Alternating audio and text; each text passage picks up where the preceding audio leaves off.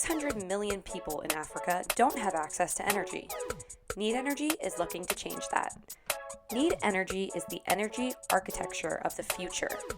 As an energy tech startup company, NeedEnergy allows consumers to use big data analytics, machine learning, and AI to provide smart and clean energy solutions. On today's episode, we chat with NeedEnergy founders Leroy Nyangani and Desire Masunda about Africa's energy crisis and how they're aiming to solve it. I'm Victoria Principato, and this is Yuptown.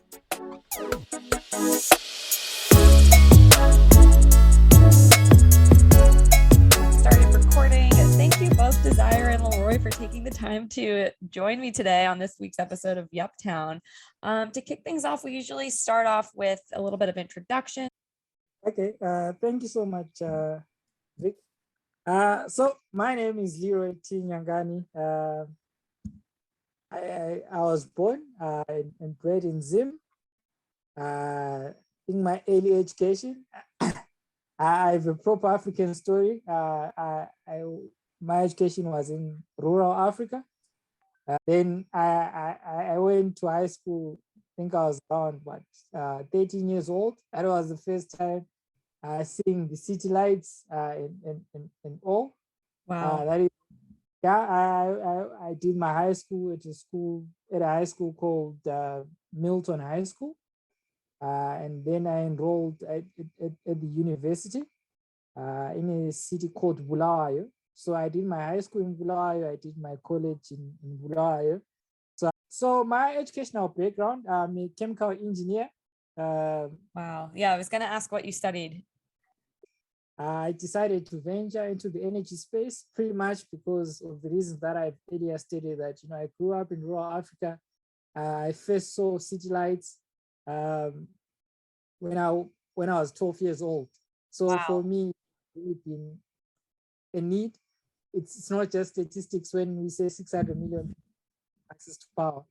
I have lived that statistics. We are still living that statistics because power in Zim is not that convenient. We have 18 hours of load shedding sometimes. So yeah, basically that's who I am. That's really great. No, I appreciate learning a little bit more about your background and how that kind of inspired you to start NeedEnergy. And I definitely want to get a little bit more into how you came to start NeedEnergy, what goals you hope to achieve.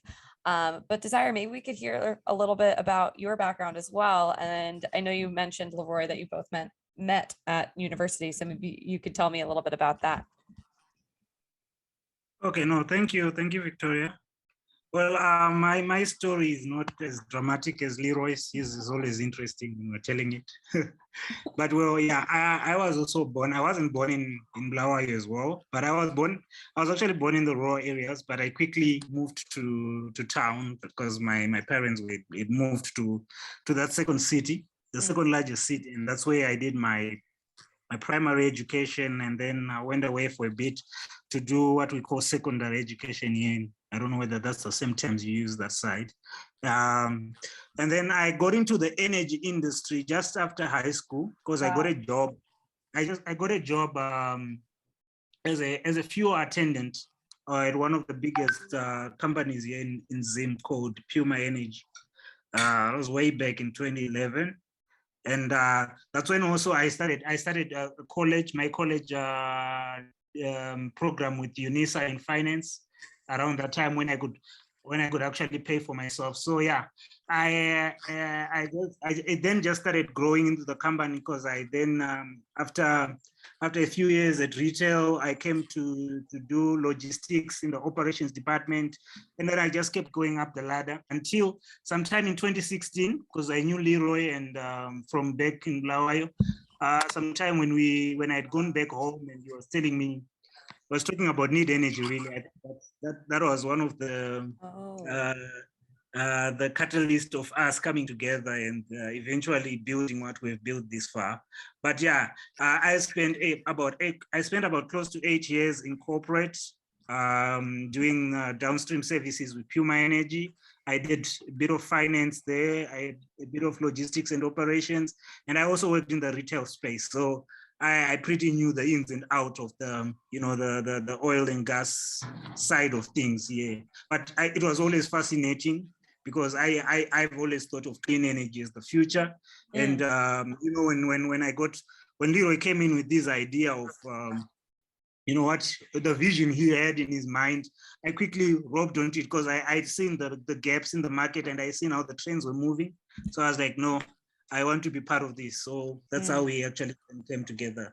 That's really great. And that's a perfect segue into my next question. So maybe you could tell me, a little bit about the kind of the energy challenges that you're facing where you live. So basically in Africa, or say in Zimbabwe, one of the biggest problems we've got is, when we gained our independence or way back, there was a grid that was built, and as this grid was built, it was, as industrialization started, the government built a lot of places that needed a lot of electricity. But now with population growth, there was no upgrade to the grid. And, we started having shortages and access to electricity started getting less because the grid stayed stagnant and actually degraded because of depreciation. But the population grew, we were kids and we grew up, we got married, we wanted to start our own companies, and unfortunately that had a ripple effect. And also, I know and all that culminated to a point whereby we had really big struggles to access to electricity or to clean energy or to power, basically. We would go sometimes, I remember sometimes back we would go maybe 21 hours, 18 hours of no electricity. Well, I think it has been a build-up, hey? It's been a build-up. The centralized system, the grid is going old, and plus the over-reliance on that centralized system without it being upgraded for some time, because we did get our independence almost 40 years ago, but then, I mean, I speak for all African countries because I think we are the ones, we went in this last century, we went through some independence period, but then a lot of these grids have not been upgraded, but populations have grown. And, now there was need for us to think in other ways to say, how do we let access? Because if we are failing, if Harare itself, the capital city, can have 18-hour power cuts, imagine people in rural Zimbabwe. So maybe you could tell me a little bit more then about how NeedEnergy works exactly. How does NeedEnergy enable consumers to use big data analytics and machine learning to design custom solutions? From even understanding the energy profile, right? Once you understand the energy profile, you know how much power each person needs or each community. So that is where we came in as NeedEnergy. So we said to ourselves, let us build Africa's energy profile, right? It's the only continent that does not have an energy profile till this day, mainly because, yes, we are underdeveloped, but now technology has brought a revolution to almost everyone that is actually faced. You see there's a big rise when it comes to mobile penetration. Everyone has a cell phone. I think probably 50% of our population, you may find them with a computer somewhere. So that ripple effect in terms of technology growth in Africa also demanded a high use in energy. So we have decided to take advantage of that tech growth to actually build Africa's energy profile. So pretty much to NeedEnergy, we put your low-cost sensors. These may be your smart meters for both gas and electricity, which are the main sources of energy here in Africa or Zimbabwe. We collect that data. From that data, we run through models that would tell us how much power each person needs or how much power each community needs. So you see now, when investors come into Africa, they say, we want to put a power plant for this community. They have a starting point, right? They would go to our platform and find out how much power would we need for that particular community. So is it based on existing use, or is this based on potential? I wonder if certain communities only use certain amounts of power because the access to it is so low. Yeah, so that's a great question, Vic. I think last year we did a production sprint on our product development. So we work with this cool AI engineers ecosystem. They are called Omdena. Look them out. They are quite cool. They are also based out of Silicon Valley. So we worked with them to really collect the data. Some of it was actually real data. It wasn't just potential. So we got data from over 30,000 houses from South Africa. 60% of that data was reflective of, of your low income South Africa just after independence. So we started extrapolating that data to countries like Zimbabwe, Kenya, and Nigeria. So these were some of the data points that we used to improve our model. And with that, then I guess, what kind of responses have you been receiving? So pretty much we are fundraising. Okay. So we are in the churches. We are currently fundraising. Sometime last year, we were selected to be one of for Startup Bootcamp Australia. So we're the first African startup to be in that cohort in Australia.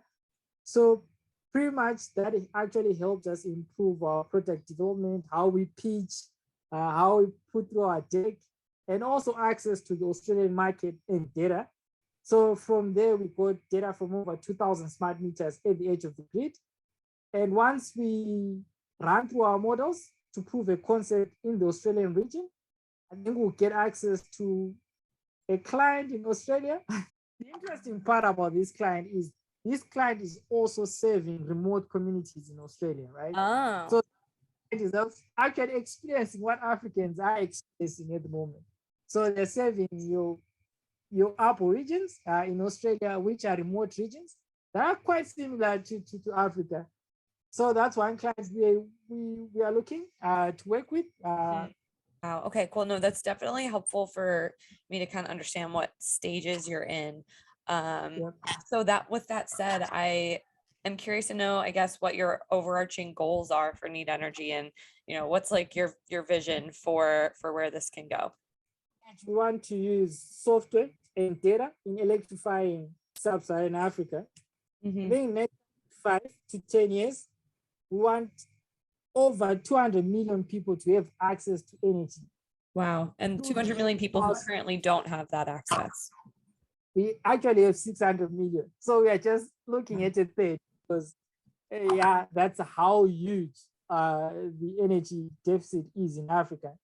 So we want over 200 million people to have access to clean energy and power through the use of our software and data analytics platform.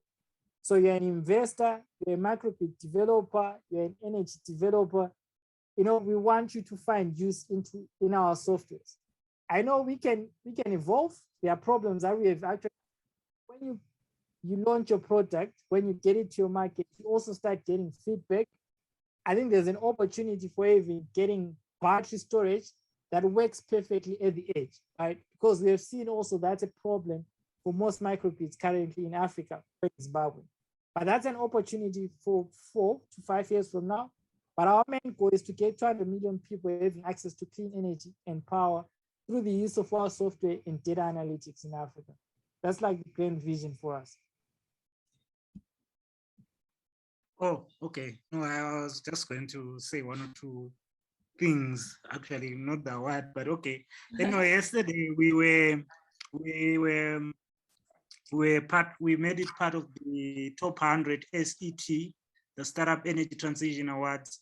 So yeah, that was really great news for us. We're one of the finalists, the top 15 finalists. Wow. So yeah, for an African startup to really be making it on that stage, it's pretty cool, huh?